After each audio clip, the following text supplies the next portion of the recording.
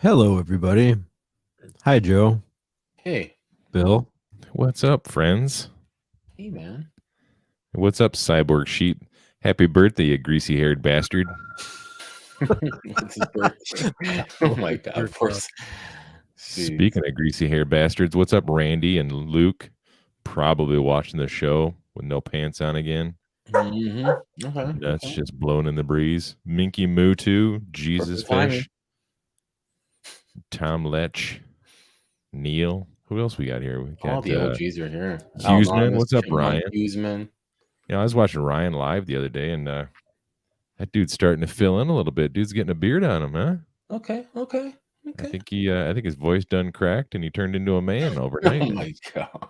Hey, Joe, somebody's asking about when you're going to give away that gift card, eh? I know. Of course, it has to be fish, eh? Did that just magically disappear? No. I want to give it away, but I want to do a little video, right? So I'm just seeing what's a good timing on a video, and what's a good timing? It's always a good time for a video, man. I know. I got these things. Where are they? I showed you guys the other day. I brought them upstairs. I got those mics, DJI mics, so I could help me out with video. Dude, I don't have time to do all this Mickey Mouse stuff. I just gotta put it on and just talk. And what is he talking about, Mickey Mouse? I don't know. Setting up the camera and all. I just can't do that, man. You sound like my 8-year-old daughter when I tell her, like, "Can you pick up your books and your book bag?" She's like, "There's too many things." Like, it's two things. It's just two things. Well, that retro intro that we just did there makes me want to grow my beard back, man. That was you should. That was actually back by popular demand. I got yelled at the Symposium. Dude comes up to me and he's like, "Why don't you guys play the intro music anymore? I jam that in my truck when I'm listening to you guys." I think he must be listening to podcasts, but he's way behind then. Yeah, he doesn't. I don't know. It is a spicy beat though. I think we do need a updated intro, but I'm gonna use old video footage of me back when I had my glorious beard because I'm gonna grow it back. I've decided. Ryan has inspired me with his man muff. I forget who won it after. Jeez, he said it too in his chat. Who said what? Chris's chat. Who won his gift card? Oh, Ryan's? Yeah. I can't remember. I don't remember who won my gift cards. No, I don't remember. Trying to find. See, we got Nico Moon impersonator Dustin Cole's in the chat tonight. What's up, Dustin Cole? Dustin is a freaking wizard. You have no idea. He's a smart dude. Him the whole listen, he's smart. He's got crazy stories. He could drink anyone under the table. Wow. He freaking I don't remember. You just married the dude, huh? Why don't you guys? Yeah, you know what? Why don't you tell the guys why you're saying this? Like, why do you have a crush on Dustin Cole again? Tell the people. That I got a crush on everyone that we stayed with. I stayed at this fantastic place called the Animal House. For the HVAC Symposium. I was lucky enough they put me on. You know what? I got a bone to pick.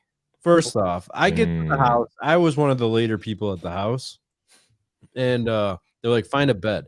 So I go in this room. There's six freaking bunk beds stacked triple high, and I see a bed, and I'm like, I'm kind of too fat to sleep up high, so I put my my luggage on the one low, right? I end up staying up late with who was it? Jenry Garcia. I don't know. All Michael Hausch and Dustin Cole. We go in like 2 o'clock in the morning, 3 o'clock in the morning. Somebody stole my What's up, Big bed. Five? They stole my bed. Guess who it was? Who? Sweet dreams, Dustin? Big Five. Chris Hughes. Oh, shit. Son of a bitch. He telling you something, Christopher? He put me on a freaking Skid Row. I had to sleep on the couch. Oh, he's got seniority. And then he's got seniority. And then they have this group where everyone's talking in the group, like messaging whoever stayed at the house. He came out in the middle of the night. He took pictures of me while I'm sleeping. That's kind of creepy. I bet he sucked your toes too, and you didn't even know it. Yeah. Anyway, you're the newest member. Yeah, we'll have to break down that topic here in just a little bit. Yeah, we'll get into the Symposium because me and Joe and Chris, none of us went. It was just Adam flying solo this year. So we'll have to dive into that in a little bit. It was definitely worth it.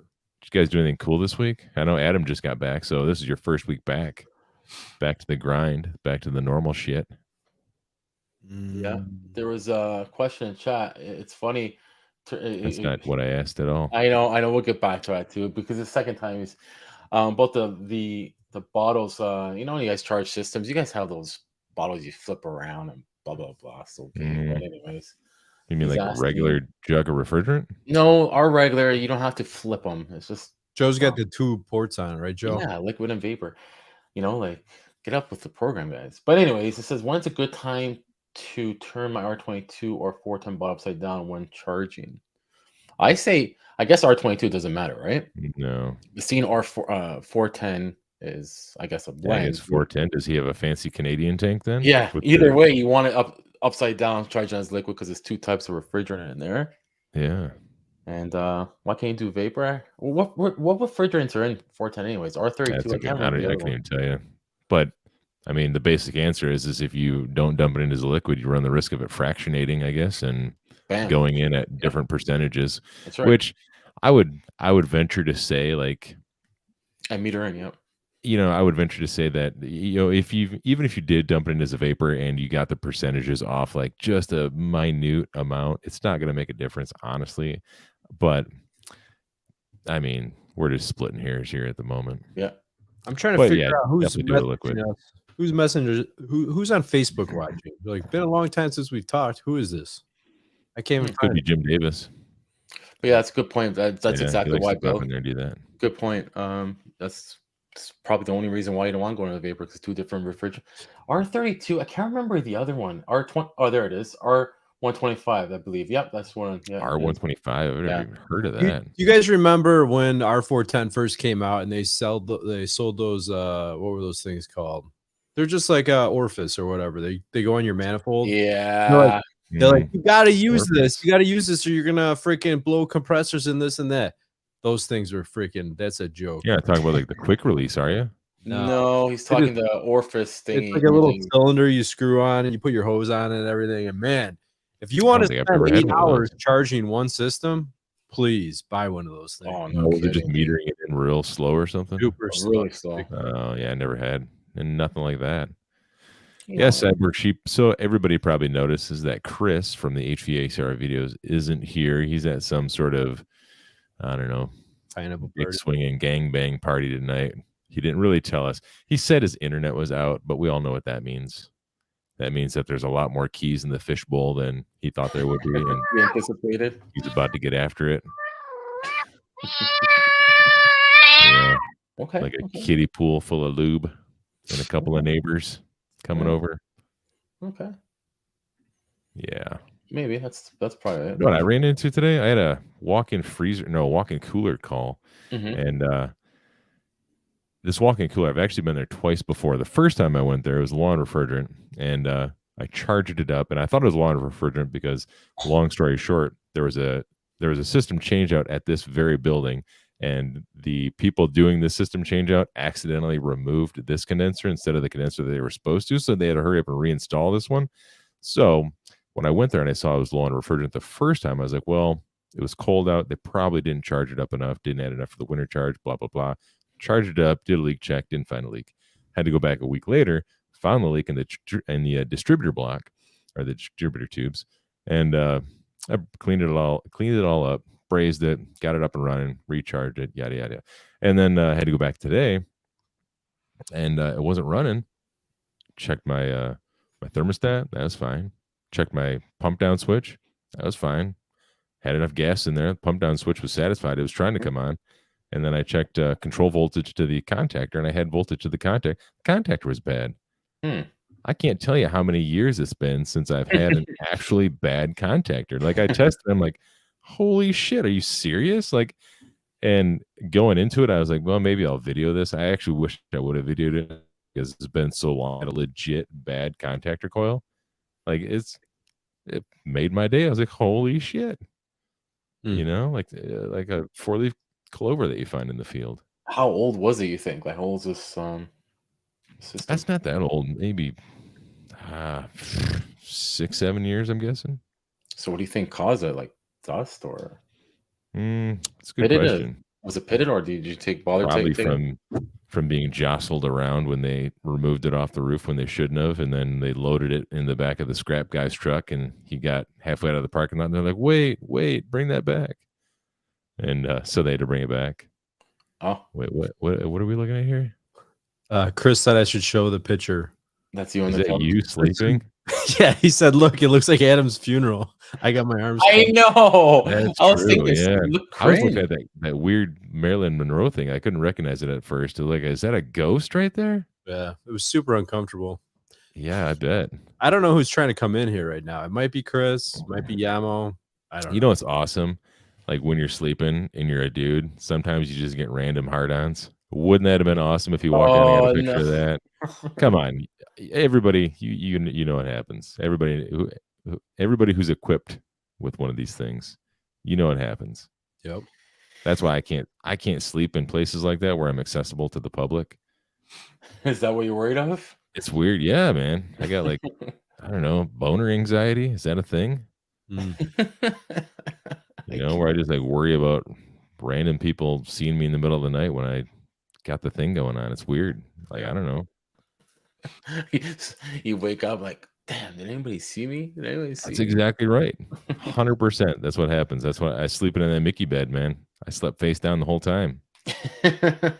Last year when we went, I was like, I don't want these guys walking in and, you know, seeing this, thinking there's some sort of weird limbo contest going on. No wonder there's a tent in the bed.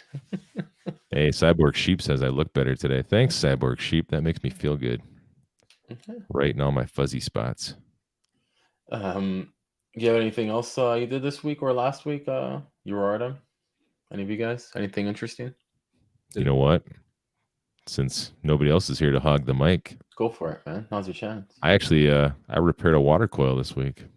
A water coil? For what? Yeah, What do you hydronic mean? system at a school. They had Oh. this coil was fucking massive, dude. Like I don't know, it's got to be every bit of 6 foot wide, 5 foot tall, but 8 inches deep, right? Mm-hmm. And what had happened during that Arctic freeze, it burst. And not the whole thing, but one spot of it froze and it burst and dumped water all over the gymnasium floors at a school down in Ohio. Ouch. And so they had to go there with I don't know, some sort of crane. They had to go up because it's up in the ceiling, of course. They had to go in there with a crane, unhook it, you know, unpipe it, bring it down, and then we brought it back to the shop because they weren't sure how badly it was damaged. So we brought it back to the shop, quoted them a new one. The new one's like $14,000 for the coil. Oh my God. It's a train unit. Okay. And they brought it back to the shop, and I was looking at it. And I'm like, it's just like a refrigeration coil. I mean, basically the same thing. You just got all these circuits going through. You got what I call the suction header and like a liquid header, basically, you know. And I was like, why can't we just block off the circuit? Why can't we just cut it right here and pinch it, braze it shut, and then we'll cut the opposing side, do the same thing, and we'll just cut that whole circuit right out of the mix because there's just the one circuit that was bad.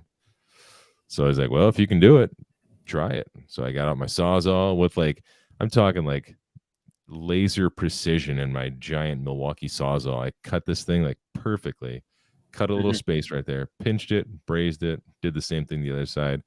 And we filled it up with water, added 90 pounds of nitrogen to it, and let it sit for 2 days. Not a leak. Not a leaker, man. So I'm like, yeah, I'm a hydronics man now. Joe Frioccioso ran into a GF 200 this week. You know what, dude? Every time I use one for Snowmelt, I gotta admit I've had a few issues on that series. I'm so glad they discontinued. Honestly, That's a relatively new boiler, wasn't it? No, it's been around. It's one of their series. It's been around. It's the one with that white screen, I believe. There's two at the time. You could get the GF, and I forget the other model. Is that the thing that you were having issues with the temperature sensor in there? Actually, yeah, that was actually the same one. Yeah. Oh my God.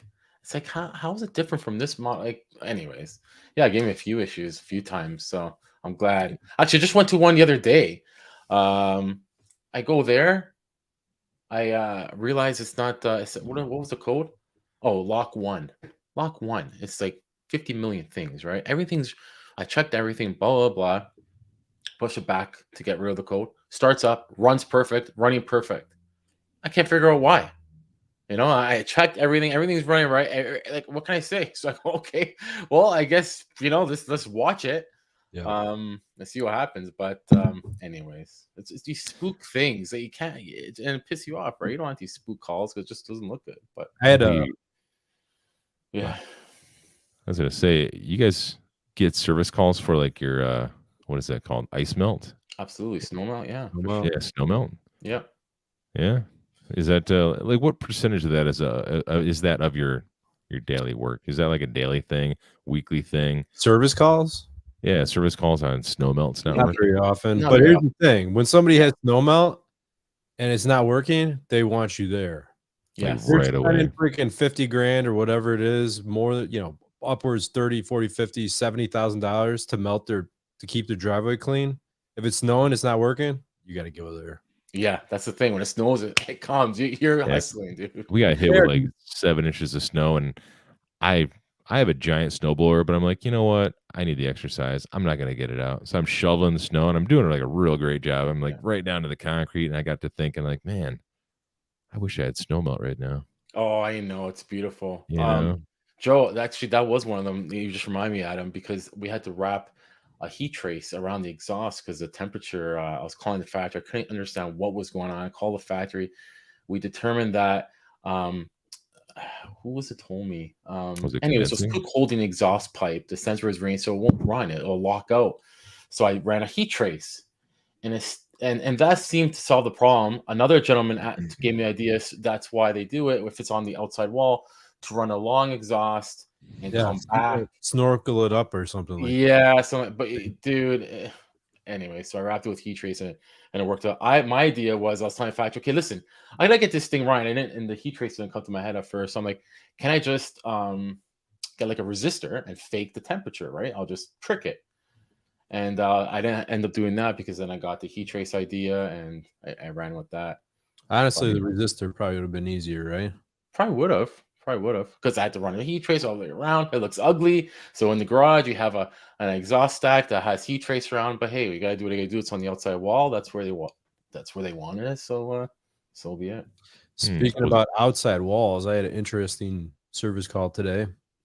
Go for it. So I had we did it. There he goes. No. I think Joe needs a service call. Okay. Am I There you back? go. I miss those 3 little blue dots. Those dots are the ones that Those change. the friggin' world. dots. They haunt me. You know what's funny? For a second there, I was like, did Joe's lights just go out? And then I see, because I only like seen 2 little dots. I'm like thinking those were his eyeballs or something for whatever reason. Joe's lights went out. Oh no. Okay, let's go. Don't Alright. touch anything, Joe. I'm not. So I had a job that we actually reduced the size of the equipment by doing a load calc on it, right? And he complains he can't maintain temperature in his house. It's a little nerve-wracking, right? Mhm. So it was 100,000. We installed 60,000 in this house. So I'm thinking, Okay. like, what's going on Nice. here? Yeah. Is the furnace not going into high fire? What's going on? So I show up at the house. He's like, just keeps running nonstop. I look at immediately I go into it. It's an Amana. You could log in and see if it's on high fire or low fire. It's on high fire. I hook up my manometer just to verify it's on high fire. Yeah. So I start poking around. It's an old house, all brick. And the returns are all on the outside walls. Okay. I take the infrared camera out and I'm starting to look because it's got joist panning, right? Yeah. All the joist panning and the return ducts are around 70 degrees. Every single return in the house, except the Okay. All one right, for that those goes. who don't know, joist panning, what is joist panning? Is that where you have the joist acting as part of the ductwork? Yeah, they just take a piece of metal and nail it to the Okay. joist, the Gotcha. floor joist. But anyway, so the front return that's on the front outside wall, I go check that out, and there's actually a bay window there. All right, so the joist pan, I can't remember the exact temperature, but the airstream and or the panning, I don't remember which one is which, but one was low 40s and the other one was at 30 degrees. Mm. The return air. So Yeah. they're sucking outside air in from that front bay window, Ouch. you know? Yeah. So That's a lot. the furnace was oversized before, 100,000 BTU furnace, but they're pulling in all outside air. Yeah. Not a And they big were deal. They could accommodating overcome for it. that. Right. Yeah. So now you sealed that or No. So I talked to him. I'm like, look at, what do you want to do with this? Mm. I did offer him, to be honest with you. I offered him, like, do you want us to just swap this out, put in 80,000 for you, call it a day? I'm like, it's not going to fix them. Like, I showed him where it was. I showed him on the infrared, and he's like, dude, I can't even sit in the chair over there. It's so cold on that area, like in the front room of my house. He's like, it's awful. He's like, Wow. Did he not have any sort of like even a touch of this problem before? no. He said he just moved into the house recently, but he said Oh, that whole front area where this window is at, he says it's like when it's cold outside, it's miserable. Can't sit over there. It's so cold. So there's got to be some kind of big gaping hole, I'm betting, underneath that window. So I told him, like, I could explore it. I'm going to pop down the joist pan, and then I might take down the aluminum underneath the window and just kind of see what's going on. Where's the air being sucked in at? Those bay windows, I don't know if you guys experience, but they haunt a lot of people. I don't know if it was when they first started. Remember, it was a big thing having a bay window. Yeah. And there were a lot of problems. Just people Yeah. were just hacking them in. I don't know, from leaking to, like you said, drafty. I don't know. Oh, when you did your initial rundown of the house, blower test and everything else, like did you not do any sort of like do a duct blower testing door. or I didn't do a blower door. oh, You know, just straight up like numbers, load calculation sort of thing, or numbers, load calculation. That was it. But yeah, I mean, imagine how much cold air you're bringing in if we're in the 30 something, 40 degree in the duct. yeah, God, dude. Yeah, because it probably is mixing with a little bit of warm air. Yeah, exactly. Yeah. So what about what is that aero barrier or that aero seal stuff? Did you present that to him? Like aero maybe barrier. yeah. So the problem with that is you pretty much have to not have any of your shit in the house because it's like it's just shooting glue everywhere. Right, Christopher. Yeah, that's true. Speaking of Christopher, I did buy something really cool the other day, and I'm waiting for it. It's coming. It's in the mail, but I went to get it. Quick test. But yeah, I don't know if. Oh yeah, the dominant duct leakage test. We've talked about this, Bill. Maybe it's a ghost living in that corner. I think Minky Mutu is right. So did we talk about this? Yeah, dominant duct leakage test. Actually, I think Chris did this to his house as well too, right? So see, Hughes, man, telling you. You take your fancy DG8 manometer that I think everyone in this chat has, and if they don't, they should right now. I don't. Where can they get that, Adam? Where can they get that? The Energy Conservatory, which I don't know what is it. The Energy Conservatory. I wish I knew somebody from the Energy Conservatory who would, like, I don't know, send me one of these to try out or something. But I don't have those connections. The website is energyconservatory.com. I've heard of this place. Is it also called TEC? Yeah, because T stands for yeah. Man. I thought that was awesome last year at the Symposium. My ADD's kicking in, but yeah. He was talking to Steve Rogers, the erectile dysfunction community. He said, "Steve, where are you from?" I'm like, "Dude, the name of the company, or not the name, well, whatever. It's Minneapolis Blower Door. Where do you think he's from?" Who said that? I did. Bill asked Steve where he's from. Oh no, were you lying? Were you joking, or is that where you funked? No, he was serious. Oh gosh. Anyway, so what you do with your DG8 is you hook a little a hose on it, you know, and you throw it outside the front door, and you close the door. You have all your HVAC equipment off, and you check what the pressure is. And then what you do is you turn on the blower, your AC or your furnace, and you watch the pressure. Does it change? Does it change substantially? How much change, and how much, so people know how much change can it be okay? That's a good question for Chris, but I think it depends, because you could have no change and still have an issue, because if you have equal duct leakage on supply and return, it could like void itself out, right? And it also depends like how big the house is with how much leakage. It's not Manometer, Cyborg Sheep. It's Manometer. My gay date. What is it called again? The gay dating website. Dating website. That's the one. Yeah. I can't talk. That's right. You did make a dating website. Yeah. We're still in the process of making it. So nobody steal that idea. You rate the guys with inches of water.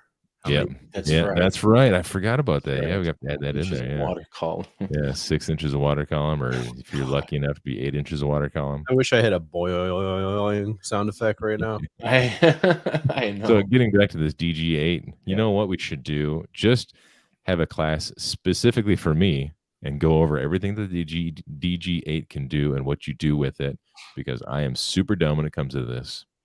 It's a good manometer, Bill. Even you could replace any manometer you have with this DJ, and you'll love it because it's more precise. I can't If I really had one, I would replace the manometer that I currently have, which is shoot, I piece? remember Yeah, field field piece, piece. I think, or something. I don't Yeah. use it very often, but So this is what he's saying. You're asking how much is good, how much is bad. It's Yeah. a ratio thing. 1 Pascal could be a big deal and no big deal. Depends on the leakage in comparison to duct leakage. so it's situational then. It is, but it could point you in the right direction. Sure. Yeah, for sure. See, to me, things that are diagnosed based off of like situational stuff, I think those are the hardest things to really diagnose, if that makes It's sense, hard. because you have to really have, like, you have to internalize how these things work, right? You know, like I'll throw out something that I'm kind of familiar with. Refrigeration. Like, refrigeration is situational. You know, if you have a fan not working, obviously the refrigerant inside the sealed system is going to act differently, right? Right. And unless you really can internalize how that works, you're gonna struggle. I mean, here's the thing, right? If you throw it outside the door, your hose, and you turn on the blower motor, and all of a sudden your pressure like changes drastically, Huge. something's not right. No matter what, Right. you got some kind of a Right. problem. Pressure difference, right? It's Right. all differences with anything. Electrical pressures, water. I don't Oh know. my God, everything's related. You got to look at what you're referencing, and then are you Yeah. becoming positive or are you becoming negative, right? So what happens if you have a return duct leakage? You're pulling outside air, so you're becoming positive inside the house. You're developing positive pressure. Supply duct leakage, you go negative. So you got to like wrap your mind around that.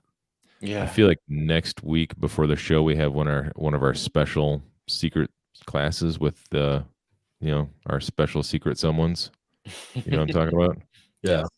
Yeah. So maybe we can get more into that with them. I think Steve's mad at me. Why? Probably. I was so tired, dude. I was like on a tirade. I was acting like I'm drunk at the symposium because I'm running on 2 I hours of thought you sleep. were on drugs. You seriously probably did. I'm like, listen, this is what you need to do. Oh. You know? Yeah, I bet he loves hearing that. Did you even talk to Jim too? Like, just since Jim had it, you had I Jim in the was. corner. Just And nail him. I came up with this idea for Jim, and he like barely cracked a smile. He's like this. But I said, listen, you want people to do this your way, Jim? You need to start selling bracelets. And you know the old "What would Jesus do" bracelets? I remember those. Yeah. You need "What would Jim Wait, Bergman do?" That was your cell for like MeasureQuick or something? Yeah, I said, you need "What would Jim do?" Bracelets. You know, Oh. I thought it was a good idea. No. Oh no. Yeah. Man. I know now why he was braiding him, right? That's a real stinker. Yeah. I'd say something like you got to combine like qubits with like I don't know, qubit or that, I don't know, something to rhyme with that, I guess, to try to sell more qubits. You see, that's still a thing, right? Yeah, qubits. See, I don't know. I know Jim's probably not watching because he's got better things to do, but I have MeasureQuick. I have used it, but I don't use it the way that I think it's designed to be used, if that makes any sense. Like, I use it just for the simple aspect of it, just to have the gauges on my phone. I can connect to them wirelessly. I can go downstairs. I can look at it. And sometimes I use the diagnostic feature, and sometimes I do dabble in the other, I dip my toe in the water of the other things. But like everything that it can do, it is so complicated for the very little things that I want to do. I've always said he should have like tier levels. Like, just I need the dumb level of MeasureQuick. Right now, there is a dumb level. That's what I need, but why can't I get it? Where is it? There's a dumb level. Oh no, I do. I remember we talked about this, and then I think at the conclusion of our conversation, it was determined that you actually have to go to a class to learn how to get the dumb version, and like it's this whole big drama. It's actually super easy to get the dumb version, We but thought we had to, but then they're coming out with an easy version. I'm not going to call it a dumb version. classic version. They have a dumb version. but they're Yeah. they're coming out with an easy version, which is actually going to show. I don't know if I'm supposed to be talking about this, but I don't know. You know, He's not watching. he's not. So, it's gonna you could turn it on and off, and there's gonna be overlays on the screen that walks you kind of like the TrueFlow app, where it walks you through step 1, do this, and then it'll move you to here, do this, do this. You know. Well, see, and I don't Yeah. even know if I need any of that. Like, I just need like the basic features of essentially using it Got it. as gauges. Here. Yeah. How Yeah, can I I gotta admit, the TrueFlow does make it simple. The way they explain it in their tutorial and stuff, it's amazing. They did a nice. Oh, that's layout. right. You got a true flow grid, don't you? It's coming. It's on the Oh, you haven't got it yet. No. That's gonna right. teach- It's got to I'm go gonna to like teach 3 everyone- different addresses, then come Everyone's across. gonna by learn on here how to Camelback. use the stupid version. The dumb While we're dumb. waiting, a gentleman asked, what was it? Something about. I'm gonna stuff. throw this out there in the chat. All you guys in the chat, what do you guys use? Do you guys use MeasureQuick? If so, how do you use it? Do you use it like I'm talking right down to every little scientific feature that it offers, or I don't know, maybe you're like me. Like I just use it because it's gauges on my phone and I can connect to it wirelessly, and it's got a handful of cool basic features that I need. I don't need 99% of the other stuff that it does.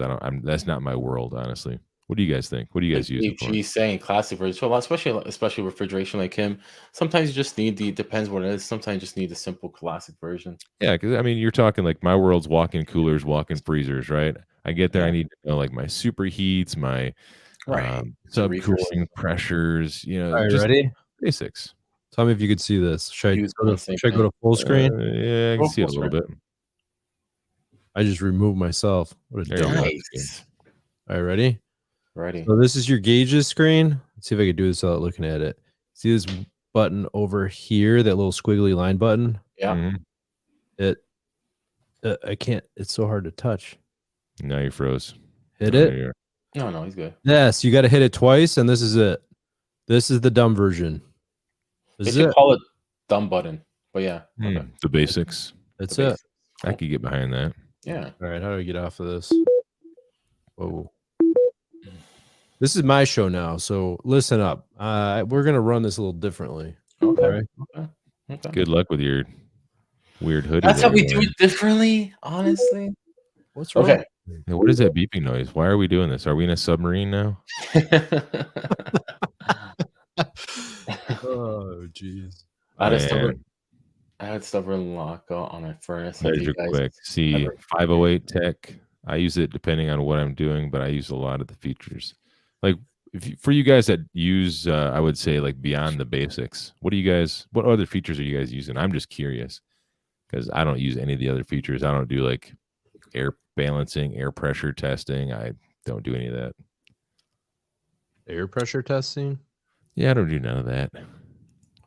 Make fun of my words. Somebody was saying, did you more, I guess, to Adam? Well, I guess could pertain to commercial too. A stubborn ignition. What was the most stubborn ignition since he worded it like that? But anyways, your most stubborn ignition fault, and obviously, let's not say, oh, it's not, the ignition spark or whatever. Something that really got you a little twisted, or maybe gave you like, aha moment, like a fault. I got a real ignition. boring one. On a furnace Just or- on ignition or what? Just on ignition. Why would it not start? Something not start. Like, what was a dumb? I could remember tell you one a crazy one. He says he changed a lot of parts. I remember I changed a couple of parts.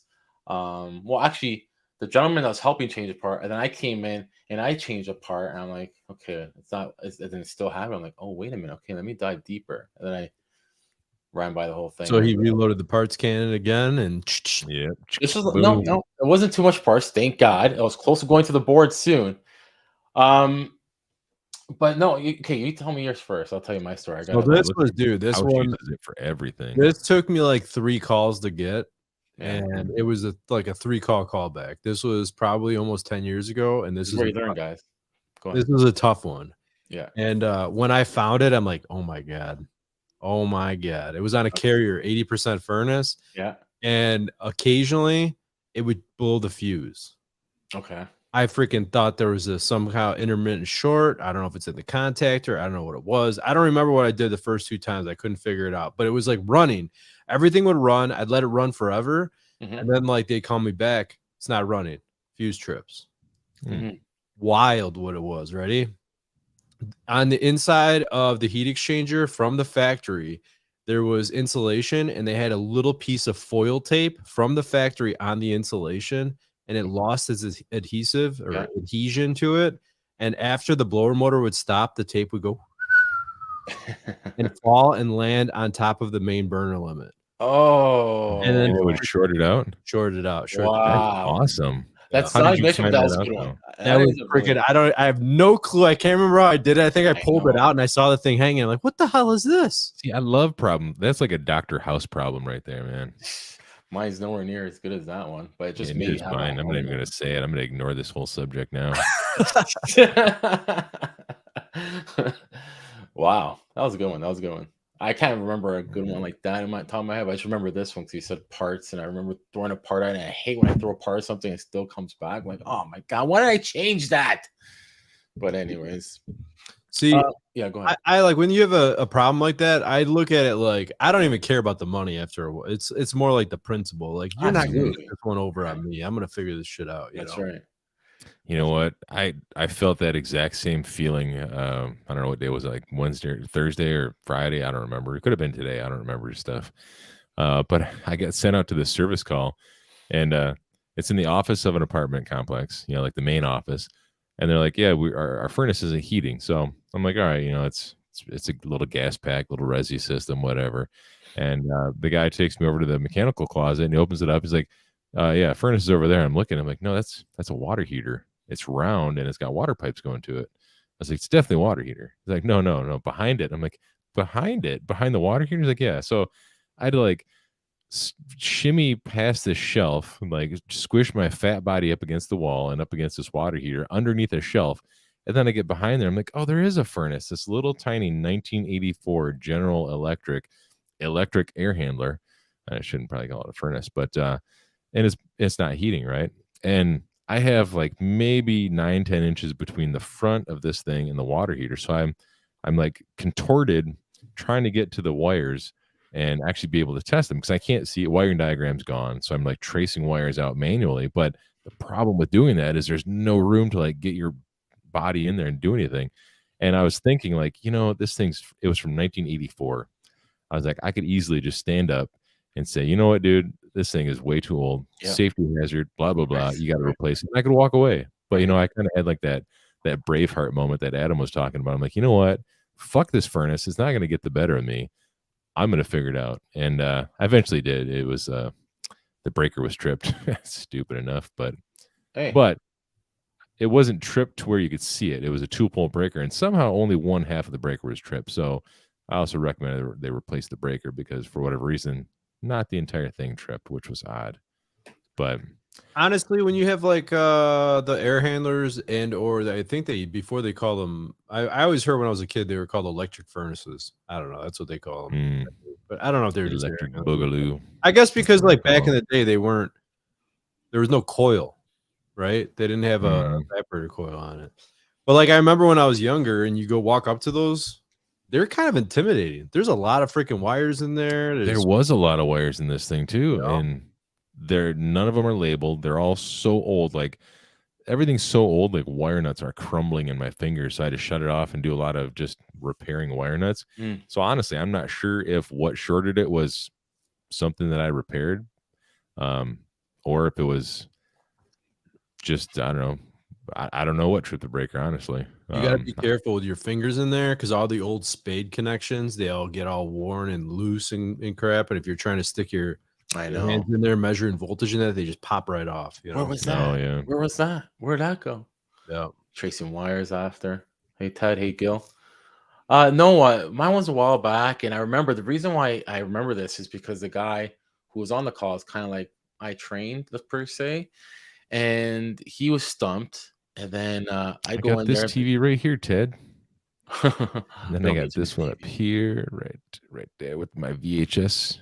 So I was stumped, and I go in there, and the one thing I got from this was pretty much I'll come back to it was basic maintenance. You don't think sometimes you need it, but this one was a cause. And I'll tell you why.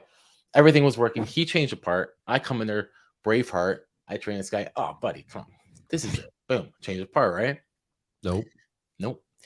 So Oh, he calls me. He's like, no, it's still doing it. I'm like, that's when you get that feeling like in your head, like, oh, you know that Son feeling, of a guys. We all bitch. get it. So I remember, and I saw, okay, like let's make it getting day. a callback, basically. Yeah. So I'm coming down. Yeah. Go back to we meet up. We're both there. I'm like, okay, we gotta watch this thing like eye for an eye. So we watched the sequence, and I remember watching it twice, and it didn't really happen.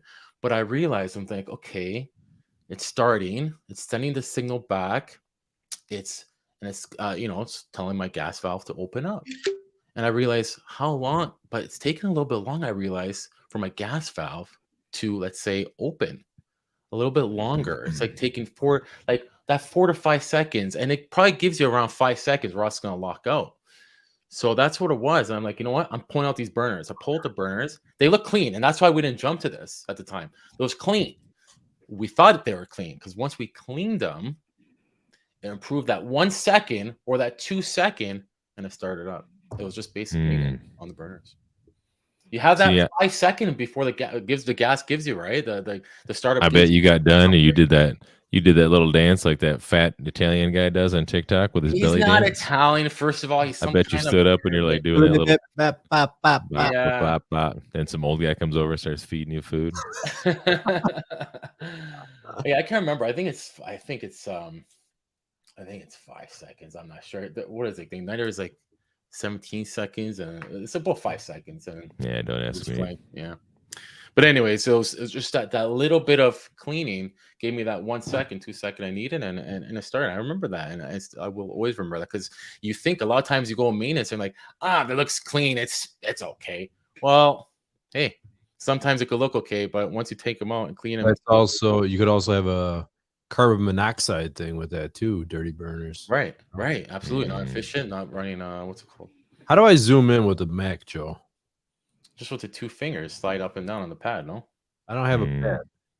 Oh, then I'm not sure. Then it should be in the top corner of your internet thing, zooming. Yeah, get off on a side rant there, Joe, about the whole 5 second thing and like not being able to remember exactly what it is. That always bothers me. Not being able to remember like manufacturer, even model specific information, like lighting sequence, or like this should be this many ohms, or that should be this many DC volts or whatever.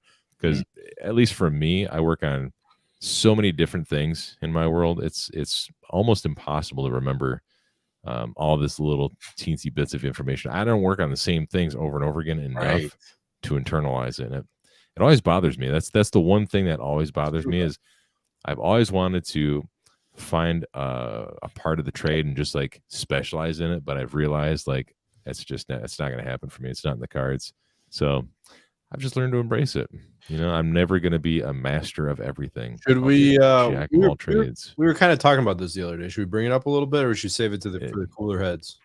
If you want to. No, bring it up for sure. Yeah. I like it. Everybody is dealing. We're talking about the Dunning-Kruger effect, right? Is that what you're talking about? Yeah. So I'm actually trying to. I don't know if it's going to happen or not, to be honest with you. I'm trying to write an article for National Comfort Institute, right? And I was like, oh, this article's cool. And then I got all these like corrections back, and now I'm discouraged that I got to go over it again or whatever. But that's besides the point. It kind of leads me back to the whole thing about the Dunning-Kruger effect. We were talking about that, and some people might not know what the Dunning-Kruger effect is. If you want to whisk us with our good friend of the show, Big Clive, introduced me to that. I don't know about you guys or whatever, but it's basically like there's a curve, right? And when you start doing something, a trade, a skill set, whatever, you overestimate how good you are at it. And then like you start getting better and you start gaining knowledge, and you're like, I'm the best that there possibly is. And you get to a point, and then all of a sudden, like all your confidence drops and it falls off the cliff. And you're like, oh my God, I don't know anything. And it's like you walk through a secret door, and then all of a sudden you're like in this whole new world that's filled with like giant buildings and like spaceships and flying cars. And you're like, holy shit, I didn't know this was here. Yeah. And that's when you realize, I don't know as much as I thought I did. I'm not as good as I thought I did. But I will say some people don't ever make that realization, and they're just stupid their whole life, and they don't think they're stupid because they never walk through that door. So I'm kind of writing an article about that and my experience of like how I thought it was good. Now I think I suck and everything. And I had this conversation with going into the animal house. I had a conversation with Dustin Cole on the phone beforehand. I'm like, dude, I'm kind of intimidated staying with all these guys. I mean, let's be honest. I stayed with Dustin Cole, Michael Hausch, Russ King, Connor King, Ed Janowak, Chris Hughes. Like these big names are all in the house, right? So I told Dustin, I'm like, dude, I'm the freaking dumbest guy in the house. Oh, I would feel the same. I'm like, what am I doing here? I'm an idiot. They're geniuses. And Dustin's like, dude, funny thing. He's like, the first year I stayed there, I was walking around the house and I literally introduced myself as, hi, I'm Dustin Cole. I'm the dumbest guy here. Oh, yeah. And you know, like I will say there's a part of you that should stay humble and should recognize like where you are, like on the food chain or the knowledge chain. Like that's good. Like you should know where you are because that allows you the wherewithal, if you will, to grow yourself. Like I know I need to get better at this, but also like you, Adam, like you need to take a second and stop and like look at where you came from and where you are now so you can be appreciative and be like, I'm fucking badass, dude. Like I'm not the baddest ass in the whole world, but I'm fucking here, man. Like, see what you were saying a minute ago, Bill. Alex Meany actually was just talking about that. You're like, some people go their whole lives without knowing how dumb they are. He talked about that in his class. He's like, listen, if is that the class with the graphic where it says not Bill Russell? Yeah. He's That's like, awesome. so fucking hilarious. Yeah, that was amazing. He's like, if you think you're dumb, just think about this. Think about the dumbest person you possibly know in the entire world. Dude. Picture him or her right now. Do they know that they're dumb? No. He's like, that person truly is dumb. Yeah. He's like, if you are questioning yourself and your ability, that means you have self-doubt and you're able to pivot and make moves and grow. Yes, you're able to recognize that and you're able to grow. You can recognize your weaknesses, and as long as you're motivated enough, you can grow beyond whatever level you think you're at. That's right, Bill. And let's face it, it all beats us up. Actually, I know Chris and I here, and we all go through it. And Chris is another guy. He's so intelligent. Anyways, he said something funny in the chat. He was like, us four guys, what did he say? It's 4 guys, and we're questioning I can't remember, but it was a good statement. And it's like, we're like questioning ourselves, us 4 guys in the chat, when we kind of shouldn't be, you know what I mean? But it's a good thing, I guess, right? I mean, you should always reflect on your ability and everything else, because otherwise you're not going to grow. Right. In my opinion. Yeah, I would say it is a good thing, but it does. You're walking a fine line, in my opinion, of negative self-talk. After a while, of like, fuck, I'm not good enough. I'm not good enough. I'm not as smart as this guy. I'm not as smart as that guy. Well, that might be true. Right now, you're not. Right. So acknowledge that, and then move on and say, you know what? I'm not as smart as Michael Hausch, but you know what? Someday I will be. Someday when I'm grown up, I'm not sure you're going to be at Michael Hausch's level. Not to be a dick, but you're so mean. God, geez, man. But I don't think we're here to support each other.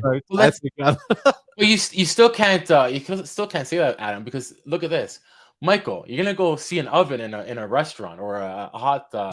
He could figure it out. Everyone has it. But you'd be quicker. So are you gonna say you're better? That's true. That's true. Have you ever watched his freaking his video where he has all that computer crap hooked up to his HVAC system and he's programming the? Yeah. What the heck? I know. I feel like Michael Hausch. He's basically like the Fonz of the HV. He just like rips his shirt off, flexes, all the ladies pass out, and he just gives the whatever, he just gives it a whack and it just starts running, and the jukebox is playing. He's like whacking the furnace. There you go. You're good to go. I'm Michael Hausch. I'm out. Yeah. He's basically Italian. He gives me something to try. He's like my Michael Jordan. He's the HVAC Michael Jordan. Yeah. You know what? Someday we'll have like I thought about this years ago. Was someday it's going to come to a point in the world where there's so little educated or even good HVAC people, right? So little that they're going to have like an NFL draft. They're going to have like scouts going out in the world and be like, I scouted this guy. He's over in the fucking Southern Hemisphere. I scouted this guy. And then they're going to have like a basic NFL draft where like, the HVAC team, sort of like the Lions, like, oh, we got our first draft pick and second draft pick. And we'll have like HVAC technician cards and rookie cards. This is funny. Chris says he feels dumb every time there's an internal company meeting at the Energy Conservatory.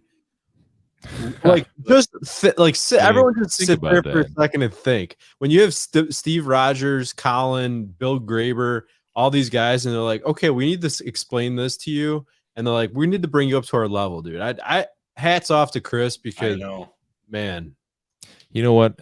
I say that every single time that we have our special little secret class, like before the class, I'm like, why am I even here? Honestly, like I'm granted some sort of special privilege. I don't know why, because I know you guys and you guys know them. I don't know what the deal is, but I get to talk with these guys on occasion. Chris Hughes, Steve Rogers, like we get to like have them educate us. I mean, the smartest guys I can think of right now, and they're just taking their time talking to my dumb ass about stuff that I don't really grasp. The thing is, Bill, they obviously we love them, they love us, but that's what makes them a great company, is because they listen to techs to see what we want, what's needed out there, and the more they reach out to us and we talk and branch out and network, I'm telling you, that's what makes them such a good company. Hey, speaking about listening to text, Bill, Steve Rogers quoted you in front of no way. Oh, what did he say? Uh-oh. Was it the hookers and cocaine? No, they were talking about insulation and having air leaks on the house, and he's like, well, my favorite interpretation of this is like when Bill Russell compared it to having a crocheted condom. Oh yeah. That is awesome. And then he's like, and I asked him, where'd you come up with that? And he said, my grandma. That's true. That's true. I don't know how or why, but that's true. That's 100% true. Yeah, that reminds me. Me and Chris the other day, we had a super secret conversation with Sporlin, right? Because we're doing a podcast, and we were talking to them about some ideas.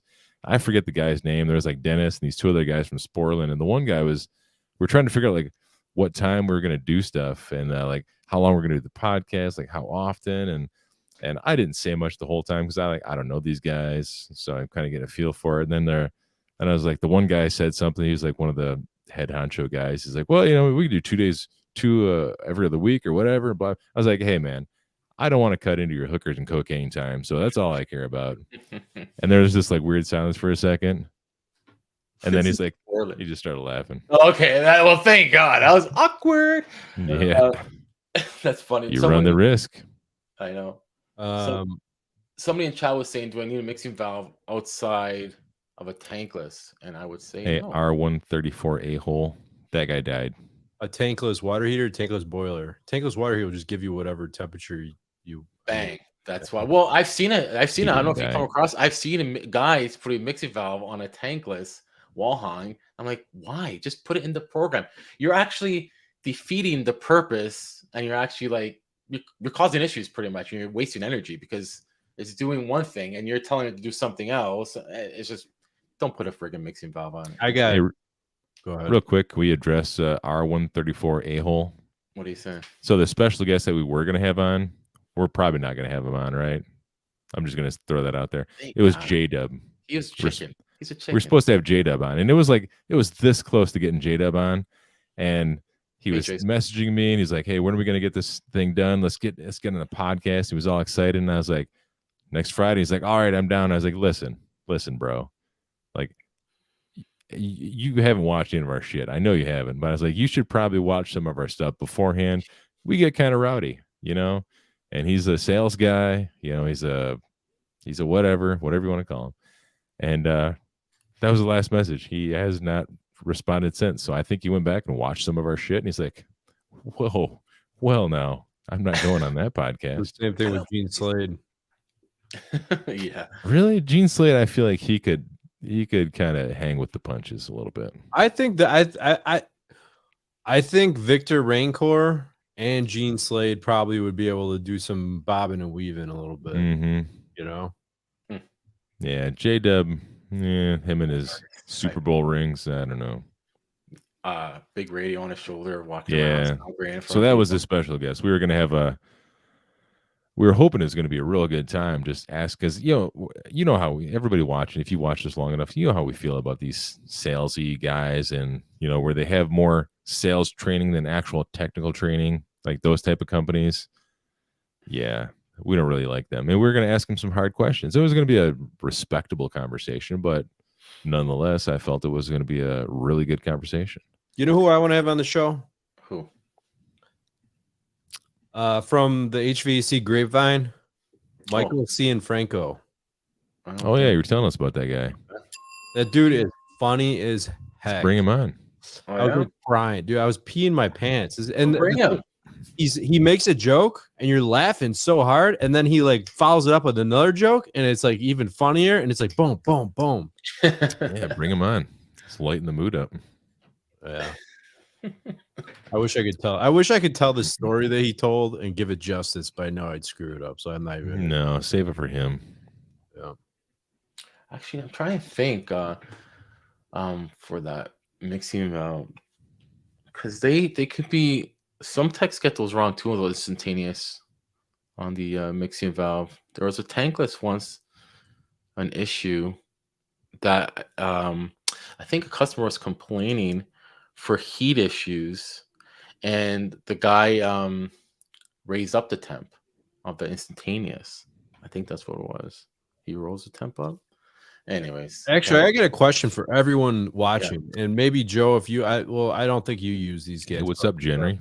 What's up, Jenny? But Jason, you made it back. Go ahead. you know the Honeywell, like the gas valves for the water heaters, the little Honeywell thing that has a little flashing light. Oh, the smart valves, or They're not smart valves. They're pretty Okay. dumb, but Okay. you know they're like plastic. They're like Yeah, new, I the think I know what spark you're ignition. You got a little sparker on there. talking about. Oh, okay, yeah. Anyway, The gray when it boxes? lights the pilot, yeah, they're like gray. They're Honeywell. Yeah, When you light the pilot, there's a little light that starts flashing. Right. on it. after. Yeah. Anyway, Before. Yeah. I just replaced one because it was too hot. Like the water was too hot. I've had these multiple times where they just get too hot. Like you turn them down, they're still 150 degrees, whatever, right? Mm. So replaced it about 3 weeks ago. And now it's hot again. All the way down. All right, you know, it goes vacation, hot, ABC, and Yeah. then very hot.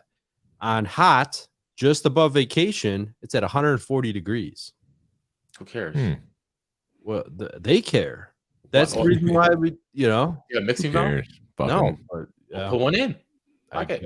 I guess we could. Yeah, just put a mixing valve in. My question is why does that happen? Why does it go bad like that?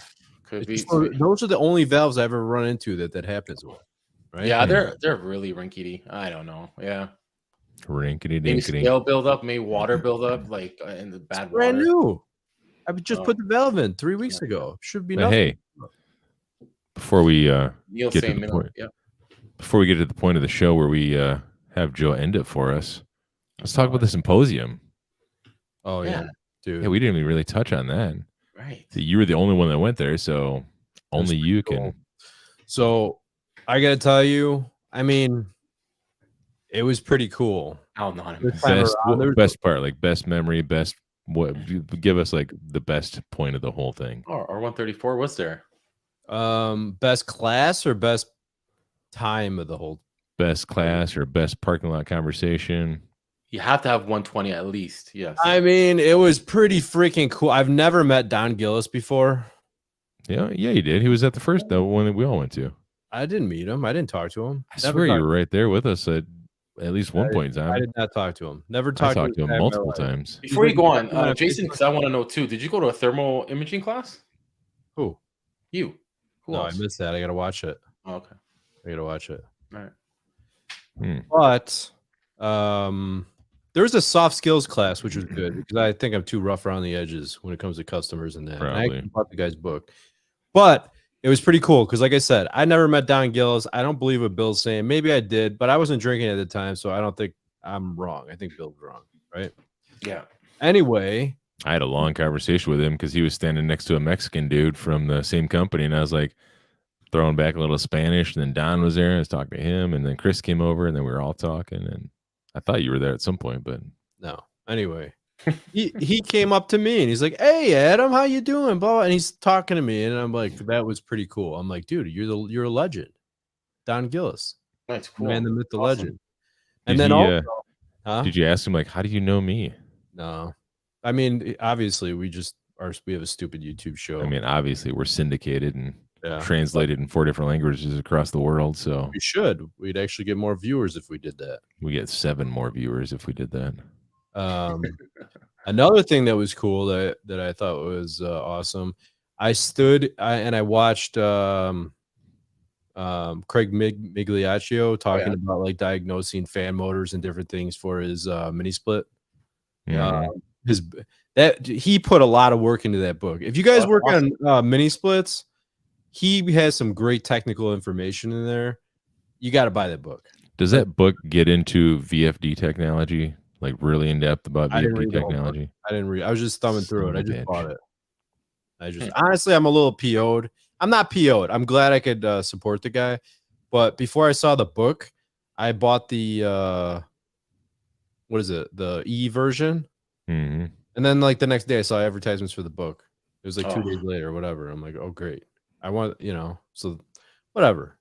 He deserves it. He put in a lot of work. He was talking about how he researched everything. Some of the stuff there's not even published data on it. Really? He figured it out himself and talked to engineers and everything. What's he like? What's in there that's valuable? Like, I don't get it.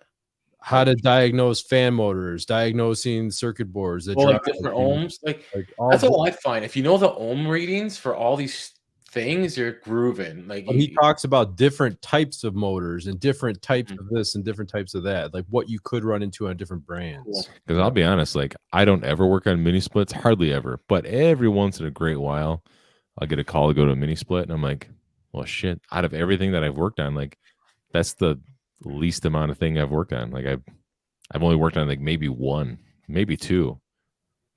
Does it get into like some of the higher end mini split stuff, like the multi-cities, the multi-head deck units? I don't think so. But he had a class on that. That was pretty cool. There was a what were they talking about? There was like a round table about business. And dude, it took a tailspin. Like it went off the rails a little bit because there was this like this running a business. Yeah, it was just like the different things you run into. But there was a woman there, and she started hammering the people on the round table. Was like, I came here. I'm a builder, and I am appalled to see that there's no women in this. What are you building sandwiches? Sit down, lady. Oh yeah, I know. Are you serious? And she's like, "What are you guys gonna do to make sure more women come in the industry?" Okay, and it freaking spun out. It was like that question was like a half-hour freaking talk after that. That was man, that is, in my opinion, that's such a dumb question. Because look like, how am I gonna get women to get in the industry? Like, I'm not a woman. Like, I guess I could stop saying mean things, but that's not gonna get them to come in the industry. Like, I have a daughter. I try to get her interested in science and things. Brian, yeah, right. Mike said Brian handled that well. He did handle it really well. And actually, at the tail end of the whole thing, you guys know Tersh Blissett? Yeah. Mm-hmm. Dude, he's always dressed like a freaking $1,000,000. You should have saw this guy's socks. Not socks. He doesn't wear socks. His shoes I'm talking about anyway. But his wife was sitting in the front row. He was on the round table, and she's like, listen. She kind of like went opposed to this woman, and she's like, some girls play with Barbies. Some girls play with Ken dolls. You're not going to force people to do something they don't want to do, and that's how it goes. You know? Mm-hmm. And it was kind of like a mic drop at the end of the whole thing. Well, what was Brian Orr's response? He was like, I mean, the whole thing is basically, I'm kind of summing it up. He didn't say any of this, but it was kind of like, hey, we don't need to be saying foul things and talking in a certain way. You need, whatever. You need to watch how you're talking. Yeah. And that's true. You need to be respectful. You have to know your audience. Exactly. Right? Yeah. Go ahead. No, I was gonna say, did you meet R134? Because he said he was there, and he's following up with your comments, saying I don't know who he is. He never introduced. You didn't go say hi to Adam 134. What's wrong with you, man? I talked to T Lack again. Yeah, I see his interviews. Cool. Dave Johnson-Ola. He was there. Oh, cool. Yeah. Cool. I think I've seen a picture of him somewhere. The bearded wonder. Yeah. He's pretty cool. I talked to him for a while. Alexander. The Puerto Rican sensation. Yep. The Puerto Rican sensation. He went all the way. He came all the way. If somebody says that I live too far away, I can't go to the symposium, this freaking dude, he took a boat to a plane to a kayak to a freaking parachute to land in Brian's parking lot. I came across on a floating door. He did. He's the one who said about the intro music. Wow. Awesome. Who was that? Yeah. One R134A. Oh, that's the reason why I played it today. Yeah, just he for said you. it. He mentioned Special it. for you. Which, That's by the way, we should probably update our intro. Just Yeah, tossing we that out there again. Oh, we were talking about also that we should put a disclaimer in there that this is not for children and do not follow Yes. any of the advice that we give. Yes, we are not doctors, lawyers, nor certified HVAC technicians. we just give recommendations. Yeah, we just give our opinions, recommendations, and then we say something like, "What are you building, lady? Sandwiches and stuff like that." So don't listen to us. Don't say that. Yeah, don't say that. But we were all thinking it. No. Cool. Yeah. Well, at least you had a blast. We had our blast over here, guys. So did you get to talk to like I know you talked to like a bunch of people. Did you get to talk to the man of honor, Brian Orr? A little bit, not You know, a ton. He's like always busy, elusive. he's always like he's quiet. He's busy. He's like moving around a lot, and I don't know. Is it just me, or is there's this like, I kind of look at it, I don't know how many people else think this way, but when I first went there was like this sort of celebrity around Brian Orr, and I was like kind of, I don't want to say intimidated, but I was like kind of standoffish of going up and talking to him for the very first time. Yeah, I mean, he does have like he's got a presence around him for sure. Yeah, you know what I mean, like there's something there. Which you have talked to a lot of other people that also have a celebrity behind them, and you don't feel intimidated. That's different. You know what I mean? You did tell. I remember you told Jim Bergman we were talking about being in a sensory deprivation tank, and you're like, yeah, I remember you're like, that. yeah, I heard if you stay in there too long, you go insane. And then you looked over at Jim, you're like, Jim, you've definitely been in those way too long. Yeah, I did say that. That's probably why he doesn't talk to me anymore. Yeah, well, yeah, fuck it, I'll do it. You know, Tell him he's insane. win some, you lose some. Can't make an omelet without breaking eggs, I guess. Yeah. You know, what are you gonna do? Can't take me anywhere. You can't take him anywhere. Yeah, I can't wait next year though. Next year, I heard the AHR is going to be in Chicago, which is going to be awesome. That's close enough for me to drive to. So I don't know. I definitely want to go to the Symposium and AHR next year, but they're so close together. It's going to be such a hard thing to pull off. Yeah. You know, but I can't not go to the AHR in Chicago. Like, you know, wait another 4 years for it to come back around. Yeah, got to do it. I'm doing it. I'm going. Definitely. Are you going to the Symposium too, you think? I mean, I said it, whatever. I said it. I made a post. I said, listen, Brian Orr is going to have to get a restraining order against me if he wants to keep me away from the Symposium from this point forward. Cool. Mm-hmm. Will they invite you back to that fun house? I don't know about that. I mean, yeah, they will. By then, you'll be working for one of the companies or whatever. You'll be like in cahoots with all these geniuses, and it'll be me, Chris. I know actually Chris will probably be doing something along similar lines. It'll be just me and Joe, like staying in a tent in the parking lot because we don't have cool friends like that. I got my tent in the tank outside. So yeah, I got my camping gear. I'll bring my camping gear with us, sleep in the parking lot. I mean, if you guys brought sleeping bags, like, you know, I could sneak you in a window at night. This place is awesome. Yeah, I don't want Chris Hughes taking pictures of me and my night boners. Christopher Hughes is asking, speaking of boners at night, he's asking if anybody's going to HR next in Atlanta soon. No. I know Chris is obviously, but I don't know if anybody else is. Yeah, Chris is. I think Brett Pretzel and Kevin Kumpels will be there. Other than those two guys, I don't know. Yeah. I think isn't the HVAC Tactical Awards coming up too or something like that? Is that the same time as it's at the HR? Is it? Yep. Yeah, I think Rick was going to that then, maybe. I could be wrong. From HVACR Survival. I'm going to the ESCO thing in Vegas. I actually it's because of Ed Janowak that I'm going. Because I'm like, yeah, I'm tossing back and forth AHR or ESCO. He's like, dude, if it was up to me and I had the choice between one of the two, I'd do the HVAC Excellence. Really? Yeah. So that's where I'm going. Yeah. Hey. Interesting. Oh, Ryan says we can all go to his backyard and hang out. Nice. Where's Ryan live again? It's down in I know it's Ohio, but I forget what part of Ohio. Hey Ryan, post your address in the chat, will you? So yeah, and your home phone number, so we can send you all sorts of dirty packages and nudes, nudes of dudes. Anyways, You guys let's are wrap it doing up. he said it right off the bat. Yeah, we should probably wrap it up, eh? Yeah, that was a good show. Like a crocheted condom.